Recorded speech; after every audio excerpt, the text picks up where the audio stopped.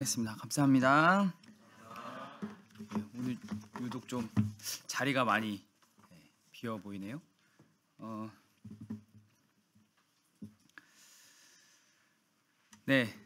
바쁜 일은 몰려서 온다고 하지요. 제가 말씀이 5월 말에 있을 거라고 생각을 못 하고 있었습니다. 사실 그래서 6월 중순쯤 말씀이 있을 거라 생각하고 사실 어제 청년들하고 야구장 가기로 약속을 해놔서 어제 야구장 갔다 오고 또 이번 주에 외부 출장도 3건이나 있고 막 다른 지역으로 가는 출장도 막 있고 그래서 되게 그 출장 가는 준비도 좀 해야 되고 이런 것들이 있어서 근데 갑자기 말씀이 이번 주 수요일 날 있다 그래가지고 아무튼 바쁨은 몰아서 옵니다. 골로새서를 계속해서 저희들이 함께 나누고 있습니다. 지난 시간에도 한번 말씀드렸지만 사실 명재 형제님이 에베소서를 하고 계셔서 그리고 지금 거의 비슷한 내용으로 앞서거니 뒤서거니 하면서 가고 있습니다. 내용이 그래서 고민이 많이 늘 되는데 오늘 지난 이제 이게 제가 요 말씀을 묵상하면서 그냥 해도 되는구나라는 생각을 하게 됐습니다. 지난 시간에 이제 우리가 그리스도와 연합한 사람이 어떻게 옛사람의 모습을 벗어야 하는지를 골로새서 3장의 앞구절들을 통해서 어떤 속성을 우리가 버려야 하는지를 배웠습니다. 그리고 오늘 이제 골로새서 3장 12절부터 17절까지의 말씀을 좀 함께 볼 건데요. 에베소서와 골로새서는 내용이 비슷한 구조를 가지고 있습니다. 그런데 큰 차이가 있습니다. 그 차이가 뭐냐면 에베소서는 머리 되신 그리스도와 함께한 이 교회인 몸이 어떻게 해야 하는지, 그리스도를 따라서 어떻게 살아야 하는지를 이야기하는 것이 에베소서라고 한다면, 그와 동일한 구조를 가지고 있는 골로새서는 이 몸된 교회가 예수 그리스도, 머리 대신 예수 그리스도만으로 충분하다라고 하는 걸 골로새 교회 성도들에게 알려주기 위한 목적이 있었습니다. 그래서 지금 내용도 비슷하지만 그 목적이 다르기 때문에 저희들이 다른 모습을 찾아볼 수 있습니다. 우리가 앞서 살펴본 것처럼 골로새서 3장 3절에 이는 너희가 죽었고 너희 생명이 그리스도와 함께 하나님 안에 감추어졌음이라. 우리가 잘 아는 대로 이 그리스도인인 우리가 하나님을 따라 사는 것, 오늘 이야기할 부분이지만 하나님과 연합하는 것 이외에는 우리가 어떠한 노력과 어떠한 능력으로 성경이 얘기하고 있는 이 성령의 열매를 우리가 맺을 수 없다라고 하는 사실이죠. 그래서 골로새 성도들에게 이 사도 바울은 당신들이 그렇게 노력하고 또 지금 외부에서 들어오는 영지주의나 이 유대인들이 너네 노력해야 돼, 너네 육체적으로 뭘 해야 돼, 할례를 해야 돼 라고 하는 것을 그들에게 강요하지만 바울은 골로새 교회 성도들에게 그게 중요한 게 아니야, 그런 것이 효과가 있는 것이 아니야, 너희의 머리 대신 그리스도만으로 충분해, 너희가 그리스도와 연합할 때 하나님이 말씀하시는 새 사람이 될 수 있어 라고 하는 것이 골로새서 3장의 주된 줄기입니다. 오늘 내용을 함께 한번 살펴보기 전에 골로새 3장 12절부터 17절까지를 한번 같이 읽어보도록 하겠습니다. 제가 한 절 읽고 성도님들 한 절 읽고 그렇게 읽도록 하겠습니다. 제가 먼저 읽겠습니다. 그러므로 너희는 하나님이 택하사 거룩하고 사랑받는 자처럼 긍휼과 자비와 겸손과 온유와 오래 참음을 옷 입고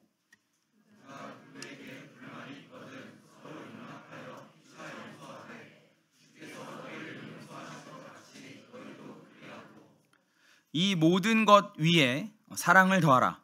이는 온전하게 매는 띠니라.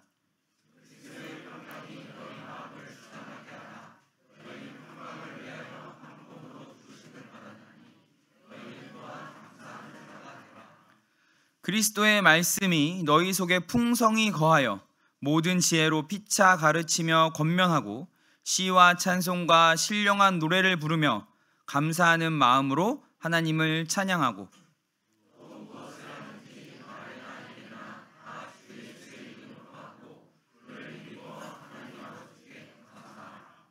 네.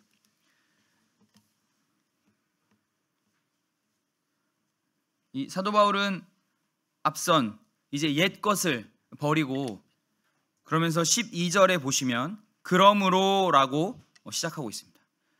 조금 더 올라가서 10절에 보면 9절에 너희가 서로 거짓말하지 말라 옛사람과 그 행위를 벗어버리고 10절에 새 사람을 입었으니 라고 되어 있습니다. 이제 새 사람을 우리가 입은 것입니다. 새 사람을 입었으니 그래서 12절에 오면 그러므로 앞선 원인이 있고 그래서 그러므로 너희가 이렇게 하라라고 이야기하고 있는 거죠. 그러면서 너희는 하나님이 택하사 거룩하고 사랑받는 자처럼 5가지의 조건이 나옵니다. 새 사람을 입었을 때 갖춰야 하는 5가지의 요소가 나오는데요. 긍휼과 자비와 겸손과 온유와 오래 참음, 이 5가지. 5가지 다 하나씩 좀 살펴보고자 합니다. 먼저 첫 번째는 긍휼입니다. 긍휼. 여러분 긍휼하면 어떤 것이 떠오르시나요? 불쌍히 여기는 마음. 맞습니다. 이 긍휼은 라틴어에 보면 쿰이라고 하는 단어가 있습니다. CUM이라는 단어인데요. 그리고 또 고통, 파티라고 하는 단어인데 이 두 단어가 함께 묶여져 있는 단어입니다. 그래서 함께 고통하다. 이해되시죠? 그래서 긍휼은 다른 사람의 고통을 내가 함께 해주는 것을 이야기합니다. 영어는 compassion이라고 되어 있습니다. 그런데 그 compassion 여러분 단어를 사전 찾아보시면 com은 함께, passion이 열정이란 뜻도 있지만 그 안에 뒤에 보니까 여러 가지 의미가 있잖아요. 라틴어 원어에는 고통이라는 뜻도 함께 가지고 있더라고요. 그래서 함께 고통받는 것이 긍휼의 뜻입니다. 예수님께서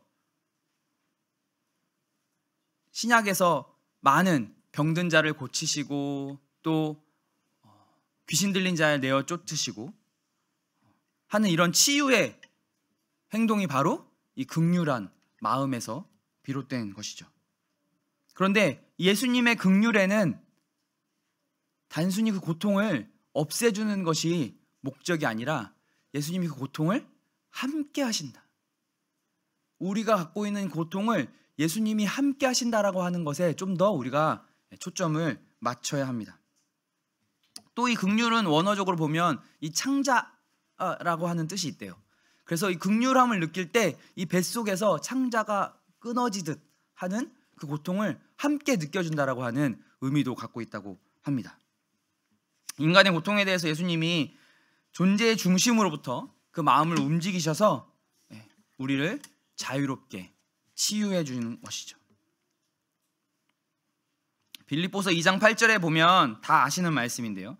사람과 같이 되셨고 사람의 모양으로 나타나셨음에 자기를 낮추시고 죽기까지 복종하셨으니 곧 십자가에 죽으심이라. 어찌 보면 예수님의 긍휼을 가장 잘 표현하는 말씀이 바로 이 구절이죠. 왜요? 우리가 하나님을 떠나 죄인 되었을 때 그 죄인으로부터 겪는 그 고통, 이 인간의 몸을 갖고 있는 우리의 그 고통을 친히 함께 하시기 위해서 하나님이신 예수님께서 이 땅에 오셔서 인간으로 태어나신 거죠. 그냥 삶이 아니셨죠. 예수님의 삶은 어떤 삶이셨어요? 모진 고난과 핍박과 조롱과 수치, 그리고 아무런 죄도 없으신 그분이 십자가에 달려서 죽기까지 우리들을 위해서 그 긍휼을 몸으로 보여주신 것입니다.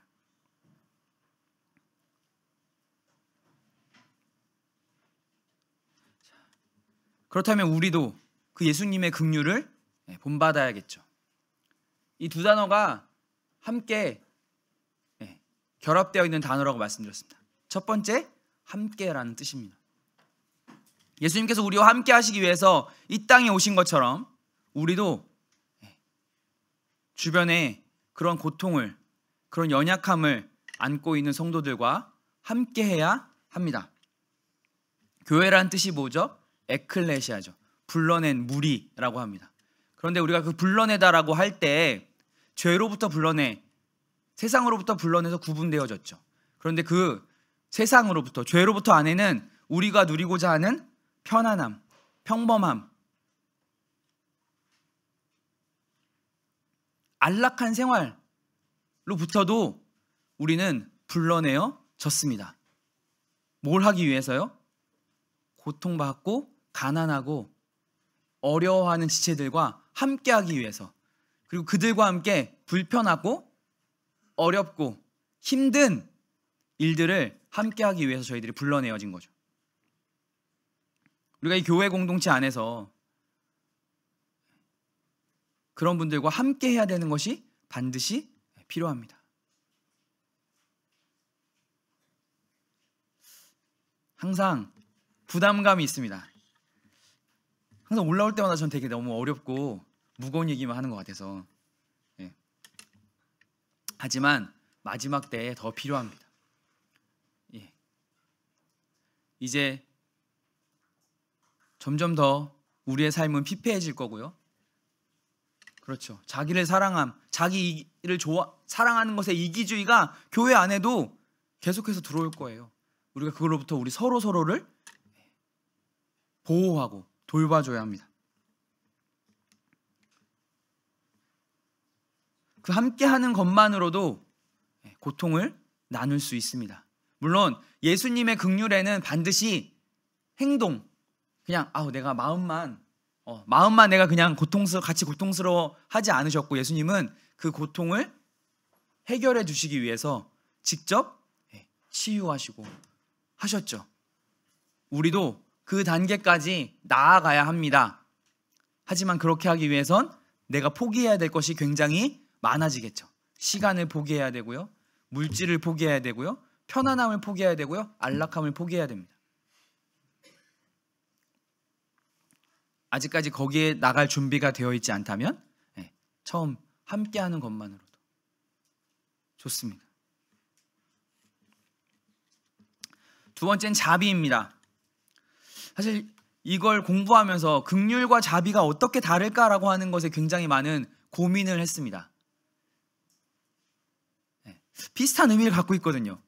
찾아봤더니 긍휼은 뭐예요? 예수님의 자비하심이래요. 자비는 뭐예요? 예수님의 긍휼한 마음이래요. 어쩌라는 거지? 그런데 이제 저는 요 한 가지 뜻에 좀 포커스를 맞췄습니다.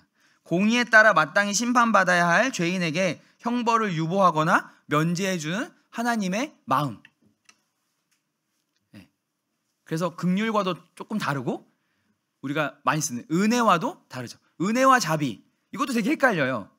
그래서 좀 찾아봤더니 자비는 아까 말씀드린 대로 마땅히 심판받아야 할 우리들이 그 죄로부터, 형벌로부터 면제해주는 하나님의 마음이라고 한다면, 은혜는 아무것도 받을 자격 없는 우리가 거저 받는 선물, 그것이 은혜라고 하는 것입니다. 그래서 출애굽기 34장 6절을 보니까 여호와는 자비롭고 은혜롭고 노하기를 더디하고 인자와 진실이 많으시다. 자비는 아버지가 자식을 불쌍히 여기는 것과 같은 거죠. 우리가 요한복음 15장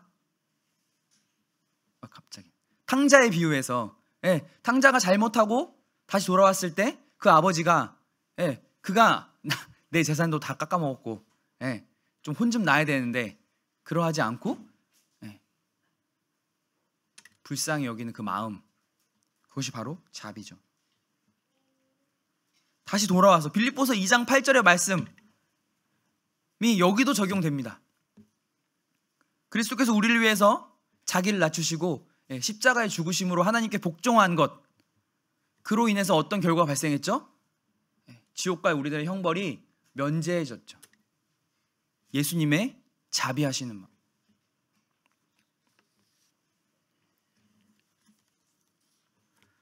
성령께서도 우리에게 자비함을 보여주고 계십니다. 로마서 8장 26절의 말씀을 보니까 성령이 말할 수 없는 탄식으로 우리를 위하여 간구하시느니라 라고 되어 있습니다. 근데 이걸 쉬운 성경 버전을 보니까 조금 더 이해하기가 쉽습니다. 이처럼 성령께서는 우리의 약함을 도와주십니다. 우리는 무엇을 기도해야 하는지 모르지만 성령께서는 말로 다 표현할 수 없는 간절함으로 우리를 위해 중보 기도를 하십니다. 우리가 어려움에 처해서 우리가 고통받고 고난받을 때 성령께서 우리를 위하여 중보하심으로 성령의 자비하심을 우리에게 보여주십니다. 그러면 우리가 우리 안에서 무엇이 일어날까요? 회개가 일어납니다. 전에도 말씀드린 적 있죠? 내가 상처받고 내가 고통받는 것 같이 느껴지는 것, 나의 죄와 연관되어 있습니다. 뒤에서 말씀드리겠지만 내가 상처받았어 라고 하는 것이 결코 정당화될 수 있는 것이 아니라고 하는 거죠. 그럴 때 우리가 기도가 나오지 않습니다. 왜요? 내가 상처받았으니까 상처를 준 사람은 입잖아요. 우리가 기도할 수 있어요? 기도할 수 없어요. 그럴 때 성령께서 우리에게 기도하게끔 하시는 거죠. 너 스스로를 내려놓고 기도할 수 있게끔. 그 안에서 우리에게 회개가 일어나는 것입니다. 또 요한복음 14장 16절부터 21절을 보면 위로자 되시는 성령님의 모습이 나타나 있습니다. 그래서 성령의 자비는 정서적 자비가 아닌 실제적인 우리의 회복입니다. 그래서 그리스도인인 우리가 성령의 자비를 통해서 회개가 일어나고 하나님 앞에서 회복되는 것입니다. 세 번째는 겸손입니다.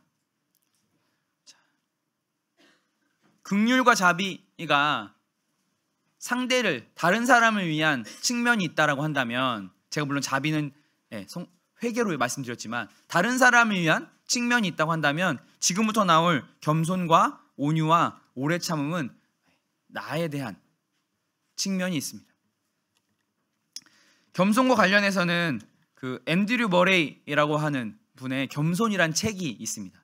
거기서 이 겸손을 잘 정의를 해 주셨더라고요. 그래서 조금 인용해 보면 겸손이란 마음의 고요함이다. 그것은 탐욕이 없는 상태이며 자신에게 일어난 어떤 일에도 놀라지 않는 것이다. 또한 해로운 일에 과민 반응하지 않는 것이며 칭찬을 받거나 멸시를 받아도 동요하지 않는 것이다. 그것은 세상 살아가는 일이 참으로 어렵고 고통스러울 때 조용히 하나님 앞에 무릎 꿇고 기도함으로써 침묵의 바다와도 같은 평화를 얻을 수 있는 마음이다. 사람이 겸손한 마음을 갖는다는 것은 은총의 보금자리에 있다는 뜻이다. 이 부분 중에 저는 자신에게 일어난 어떤 일에도 놀라지 않는 것이다. 또한 해로운 일에 과민 반응하지 않는 것이며 칭찬을 받거나 멸시를 받아도 동요하지 않는 것이다 라고 하는 정의가 저에게 울림이 있었습니다. 부끄러운 고백이지만 저희 형제들에겐 했고 집사 형제님들한테 말씀드렸었는데, 제가 지난 시간에 와서 민원인들 막 이렇게 말씀드린 적 기억나실 겁니다.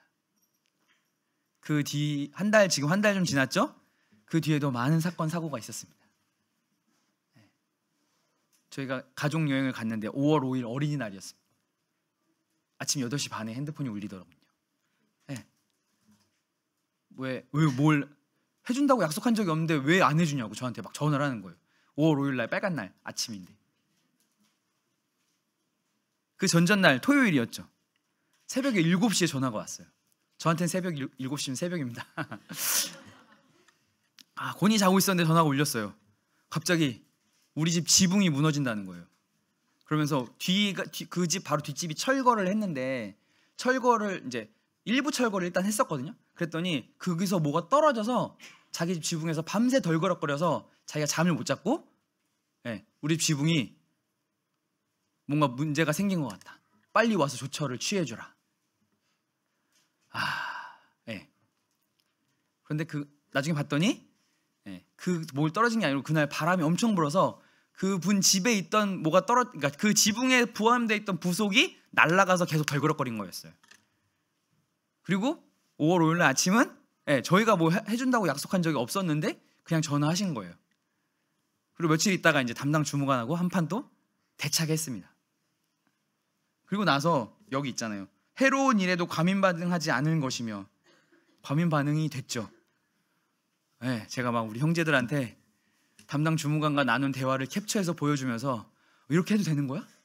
막 이렇게 하고 저녁에 와서 우리 정호 형제님께 막 문자를 보여주면서 형제 보세요. 이거 주무관 이거 어떻게 해야 돼요? 막 제가 왜 그랬을까요? 제가 정당하다는 걸 알리고 싶었던 거예요. 뭐가 정당해요? 내가 이렇게 화내는 게. 제가 화내는 게 정당하다는 걸 알릴 뿐만 아니라 우리 아무런 죄 없는 두 형제에게 그 화내는 거에 동조해 달라고 하는 거죠.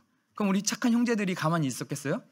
그 주부가 뭐예요? 어이없네. 뭐 이렇게 하거든요.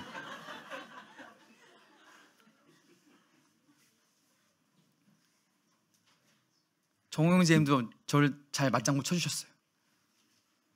그런데요, 제가 이 겸손을 공부하고 나서 또 집사 모임에서 보는 책이 있어요.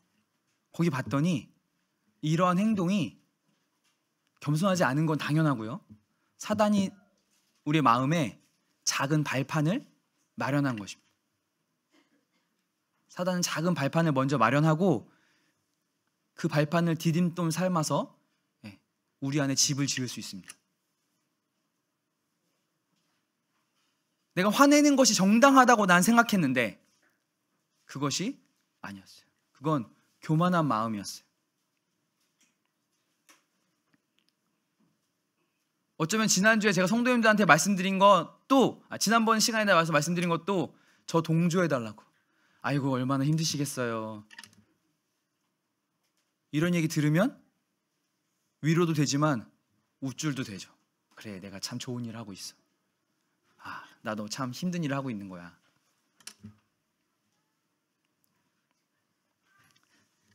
죄송합니다. 정호 형제님께 미리 사과를 드렸어요. 제가 주일날 말하고 싶은 거 있다고 얘기했는데 그 뒤에 만날 시간이 없어서 말씀 못 드렸는데 죄송합니다.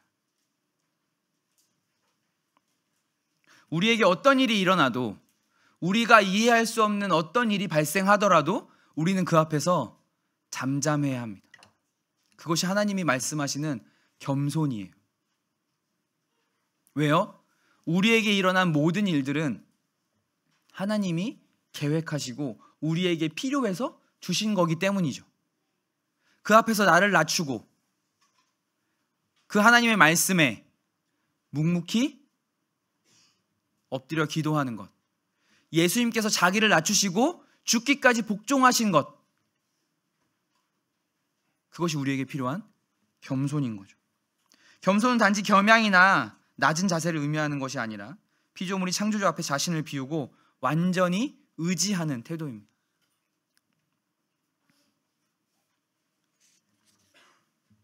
우리 예수님의 겸손을 본받아야 합니다.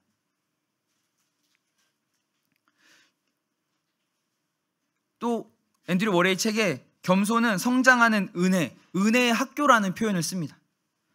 하나님은 삶의 여러 고난과 실패, 오해들을 통해서 우리를 겸손하게 만드시고 그 과정을 통해서 예수님을 닮은 형상을 만드시길 원하는 거죠. 이 과정은 고통스러울 수 있지만 그 안에 깊은 기쁨과 자유가 있습니다. 제가 그것을 깨닫고 나서 이제 민원인들이 저희한테 와서 뭐라고 해도 화가 예전처럼 나진 않습니다. 물론 언젠간 다시 화가 날 수도 있죠. 하지만 민원인들이 올 때마다 먼저 마음속으로 나에겐 아무런 일도 일어나지 않는다. 이러고 민원인을 대응합니다. 오늘 저녁에도 할머니 한 분이 경찰에 신고를 하셨어요. 포크레인이 그 담을 싸러 들어갔는데 상추랑 콩 심어 놓으신 걸 밟고 지나갔다고 경찰에 신고를 하셔갖고 경찰이 출동에 딱 갔는데 그 얘기 듣자마자 이제 저랑 체림 형제랑 올라갔는데 다행히 동네 어떤 분이 경찰한테 잘 얘기를 했대요. 동네 일 하는데 자기 거 이렇게 좀 손해 보더라도 좀 참아야지. 그렇게 말씀해서 경찰에 돌아갔다고 했는데 그 할머니는 세상 모든 것을 잃으신 표정으로 탄식하고 계셨어요. 그래서 이제 내일 행정하고 업체하고 얘기를 좀 하기로 했는데 어쨌든 예전 같았으면 화가 날 만한 상황이었는데 주님이 도우셨습니다. 네 번째는 온유입니다. 온유. 우리 마태복음 11장 28절부터 이거 한번 같이 읽어볼까요?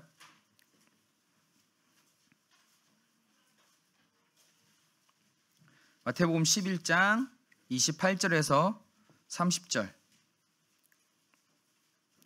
자, 찾으신 줄 알고 한번 같이 읽어보도록 하겠습니다. 수고하고 무거운 짐진 자들아 다 내게로 오라. 내가 너희를 쉬게 하리라.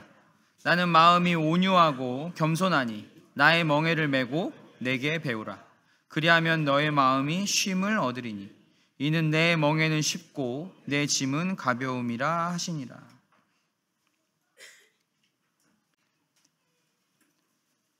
여기서 쓰여진 온유라는 단어 안에는 겸손함과 온순함이 포함되어 있습니다.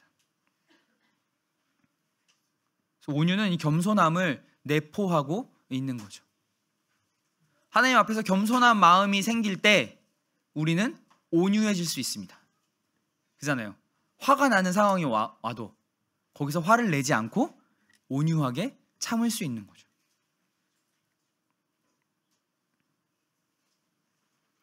성경의 온유함은 내 삶이 얼마나 하나님의 뜻을 따라 살아가고 있는지를 말하는 인격입니다. 사실은 제 성격대로만 한다면 저는 결코 온유한 사람이 아닙니다. 급하고요. 직선적이고요. 저거 T거든요. 그래서 지극히 이성적입니다. 그래서 저에게 공감을 바라는 분들이 많은데 다 못해드릴 때가 참 안타깝습니다. 하지만 이런 사람도 온유할 수 있는 것입니다.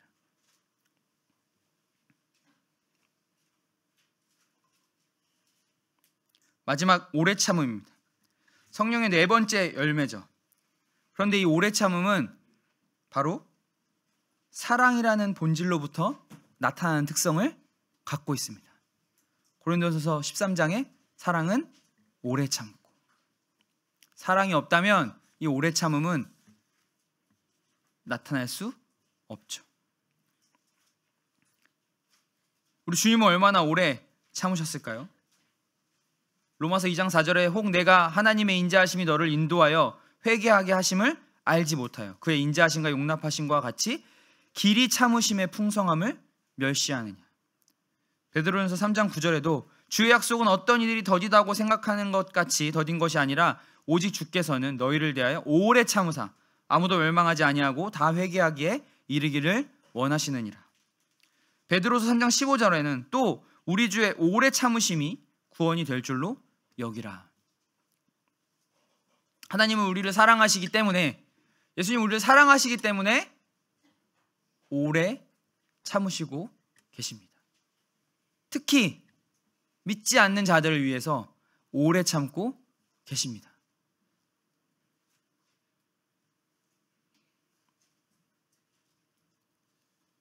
또 예수님께서 아까 빌립보서 2장 8절로 돌아가서 인간이 되셨다는 것, 사람이 되셨다는 것도 오래 참음의 증거죠. 33년의 그 삶이 하나님이신 분이 33년 동안 얼마나 오래 참으신 거예요. 더군다나 생각해보세요. 33년 후에 내가 십자가에서 죽음의 고통, 아버지와 단절되고 끊어질 것을 아는 상태로 33년을 보내는 거예요.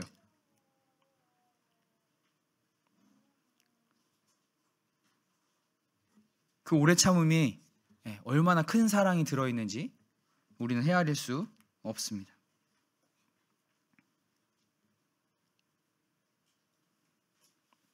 13절에 골로새 3장 13절로 돌아오면 누가 누구에게 불만이 있거든 서로 용납하여 피차 용서하되 주께서 너희를 용서하신 것 같이 너희도 그리하고라고 되어 있습니다. 우리 현편형제님이 좋아하는 존 메가더 목사님이 우리는 분노의 시대에 살고 있다라고 하는 걸 봤습니다. 교회 안에서 얼마든지 서로에게 불만이 생길 수 있습니다. 함께 사역하면서 또 소그룹하면서 불만이 있죠. 더군다나 대한민국은 작년 12월 3일 이후로 엄청나게 큰 대립이 교회 안에서도 일어나고 있습니다. 그런데 이런 불만들이 생길 때 성경은 어떻게 하라고요? 피차 용납하라. 왜? 하나님께서 우리를 용납하신 것처럼. 지나간 이야기지만 탄핵 이야기가 한창일 때 제가 저 뒤에 앉아 있었는데 예배 시간 직전에 제 뒤에 앉아 있던 형제들이 예배 시간 직전에 부정선거에 대한 당위성을 서로 얘기하고 있더라고요. 믿고 있는 눈치였습니다. 속으로 욱했죠. 참교육을 한번 시전해야 되는데 막 이러면서.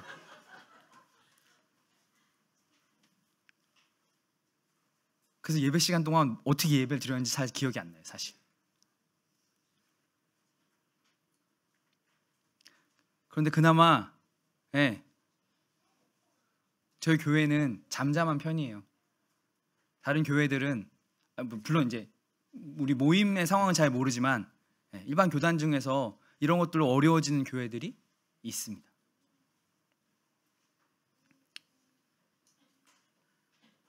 주님이 우리를 용납하신 것처럼 서로 받아주어야 합니다. 용서에 대한 건 지난 5월 18일 날 우리 이명재 형제님이 주일날 말씀하셔서 그 유튜브 다시 보기 하시면 될 것 같습니다. 한 가지만 말씀드리자면 용서는 한 번 하면 다시는 죄를 기억하지 아니하시는 하나님을 우리는 생각해야 됩니다.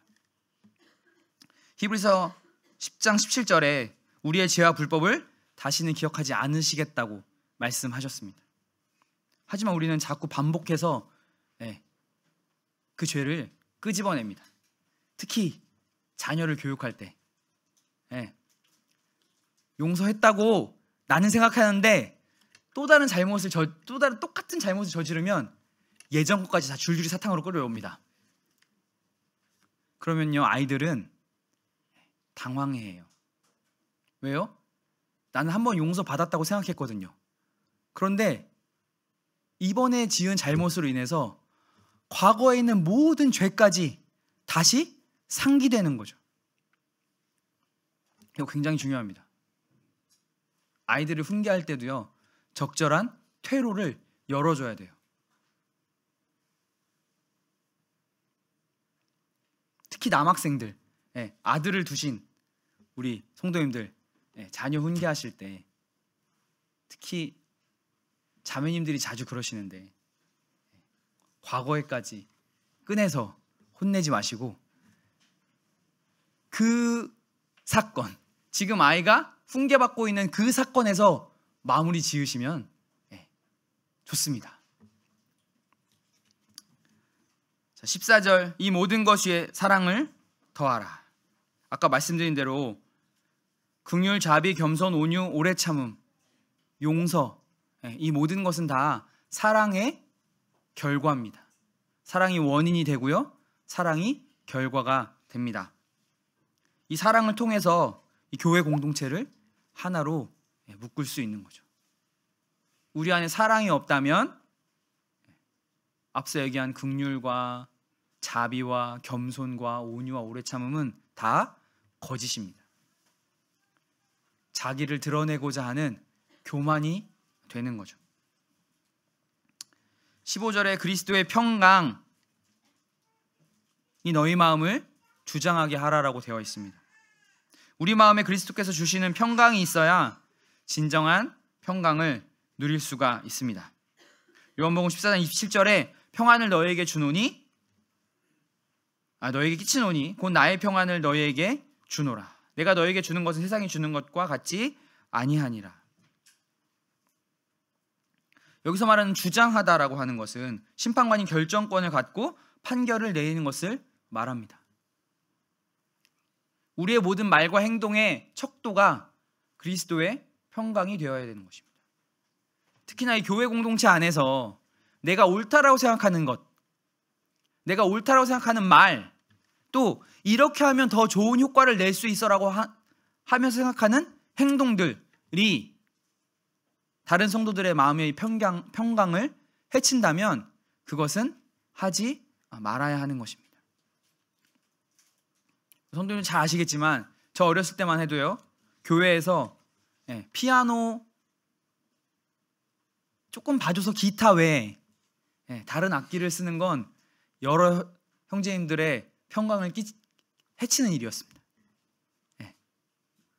근데 지금은 어때요? 여름 캠프 가면 드럼까지도 칩니다.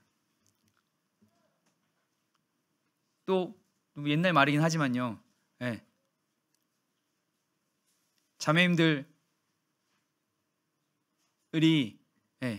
바지를 입고 교회 온다?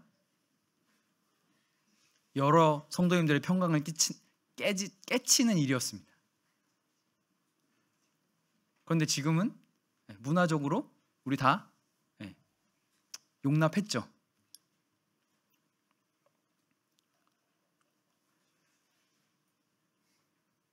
어떤 것이 옳고 그르고 물론 진리를 분별해야 되는 것도 있습니다만 그 외에 우리가 더 좋은 것, 옳은 것이라고 주장할 때 그 주장의 근거는 그리스도의 평강이 심판자가 돼야 되는 것입니다.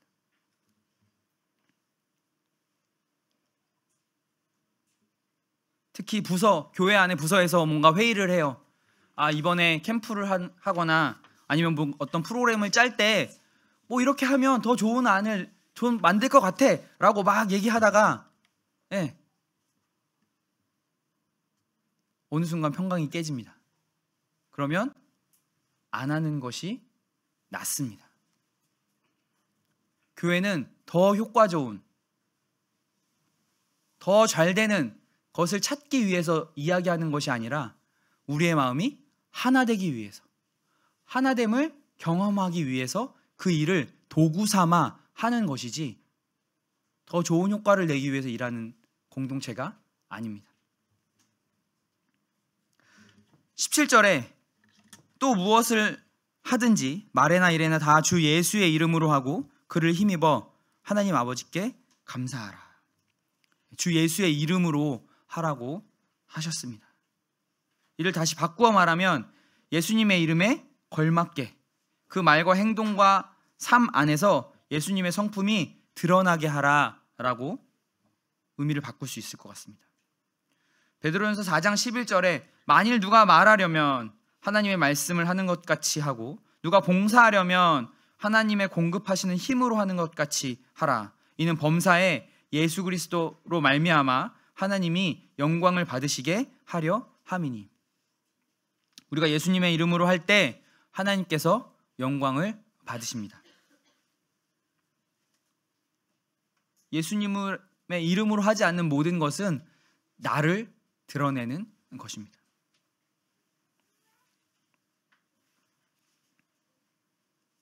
정리해 보겠습니다.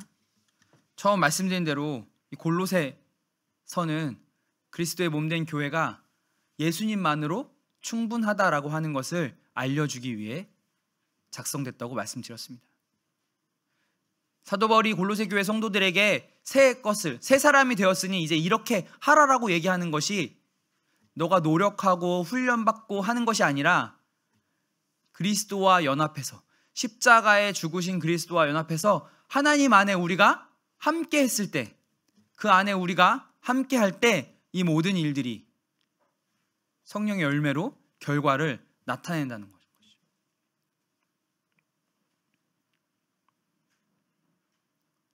주님이 다시 오시는 그날까지 하나님과 매일 동행하는 삶, 그것이 우리의 출발이자 마지막 모습이 아닐까 생각해 봅니다. 아침에 일어나서 기도하고 말씀 보고 하루를 시작하고 또 그 말씀을 힘입어서 하루를 살고 저녁에 그 말씀에 비추어 내 하루를 돌아보고 하나님 앞에 성령의 능력으로 회개하고 그럼 성령의 자비하심으로 우리를 회복시키시고 우리에게 또 다른 새 힘을 주실 것입니다.